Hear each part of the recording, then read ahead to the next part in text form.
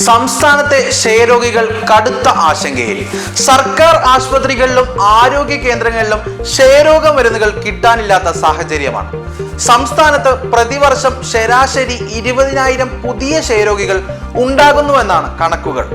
6 മാസം മുതൽ 2 വർഷം വരെ നീണ്ടു നിൽക്കുന്ന ചികിത്സയാണ് അവർക്ക് നിർദ്ദേശിക്കുന്നത്. റിഫാംപിസിൻ, ഐസോനിയോസൈഡ്, പൈറാസിനാമേഡ്, എറ്റാബ്യൂട്ടോൾ എന്നീ 4 മരുന്നുകൾ ഒന്നിച്ച് മൾട്ടി ഡ്രഗ് തെറാപ്പിയാണ് ഇവർക്ക് നൽകി വരുന്നത്. ഇത് മെഡിക്കൽ ഷോപ്പുകളിൽ ലഭ്യമല്ല.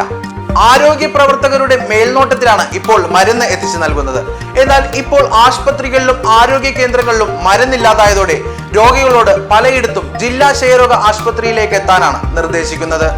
മരുന്ന് മുടങ്ങിയാൽ മരുന്നിനെ പ്രതിരോധിക്കുന്ന multi drug resistance MDR TB ആയി മാറും. അങ്ങനെ വരുമ്പോൾ രോഗം മാറാൻ കൂടുതൽ കാലം മരുന്ന് കഴിക്കേണ്ടി വരും.